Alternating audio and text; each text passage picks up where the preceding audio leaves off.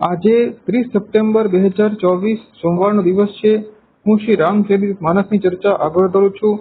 ત્યારબાદ અંગદનું શરીર પુલકિત છે અને તે હર્ષિત છે અને તેને પ્રભુ શ્રી રામચંદ્રજીના ચરણોની વંદના કરી અને પ્રભુ શ્રી રામચંદ્રજીએ અંગદને પોતાની પાસે બેસાડ્યો અને પૂછ્યું કે હે અંગદ, મને તેમ બતાવો કે રાવણ જે રાક્ષસોના કુળનું તિલક છે અને જેના બળની ધાક આખા જગતમાં વિખ્યાત છે, તે રાવણના 4 મુકુટો તે મેળવ્યા કેવી રીતે અને તે 4 મુકુટોને મારા તરફ પહોંચાડ્યા શા માટે? ત્યારબાદ અંગદે પ્રભુ શ્રી રામચંદ્રજીને કહ્યું કે હે પ્રભુ શ્રી રામચંદ્રજી, તે 4 મુકુટો વાસ્તવમાં રાજાના 4 ગુણો હતા: સામ, દાન, દંડ અને ભેદ. અને અત્યારે રાવણ એ આ બધા ગુણોથી વિમુખ થઈ ગયો છે, તે ધર્મથી વિમુખ થઈ ગયો છે, તે તમારાથી વિમુખ થઈ ગયો છે. તેથી આ બધા જ ગુણો તેને છોડીને તમારી પાસે આવી ગયા છે અને આ 4 મુકુટો વાસ્તવમાં રાજાના 4 ગુણો જે હોય છે, સામ, દાન, દંડ અને ભેદ, તે છે. ત્યારબાદ અંગદની અવાજ સાંભળીને પ્રભુ શ્રી રામચંદ્રજી હસ્યા અને ત્યારબાદ અંગદે લંકાની જેટલી પણ જાણકારી હતી તે પ્રભુ શ્રી રામચંદ્રજીને આપી.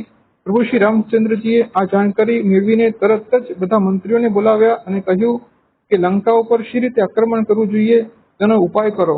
ત્યારબાદ શ્રી વિભીષણજી, શ્રી જાંબવાનજી અને વાનરા શ્રી સુગ્રીવજી ભેગા થયા અને તેમણે ચર્ચા કરી અને તેમણે નક્કી કર્યું કે લંકાના 4 તરફ 4 વિકટ દરવાજા છે.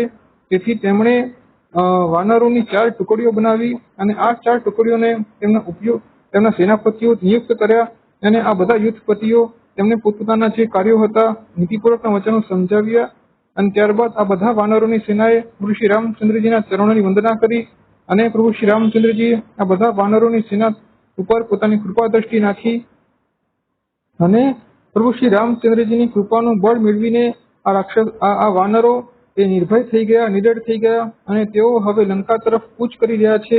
આ વાનરો તે અત્યંત અનેક રંગના છે, તે નિડર છે અને નખ અને વૃક્ષો તેમના હથિયાર છે અને તે પર્વતોના શિખરો તે હાથમાં ઉપાડીને તે લંકા તરફ ફેંકી રહ્યા છે.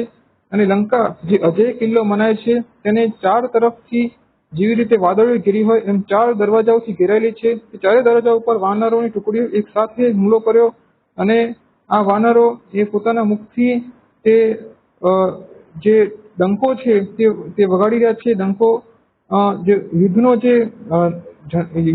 જે ધ્વનિ હોય છે તે કરી રહ્યા છે અને બધા વાનરો પ્રભુ શ્રી રામચંદ્રજીની જય હો તેવી રીતે તે ધ્વનિ કરી રહ્યા છે.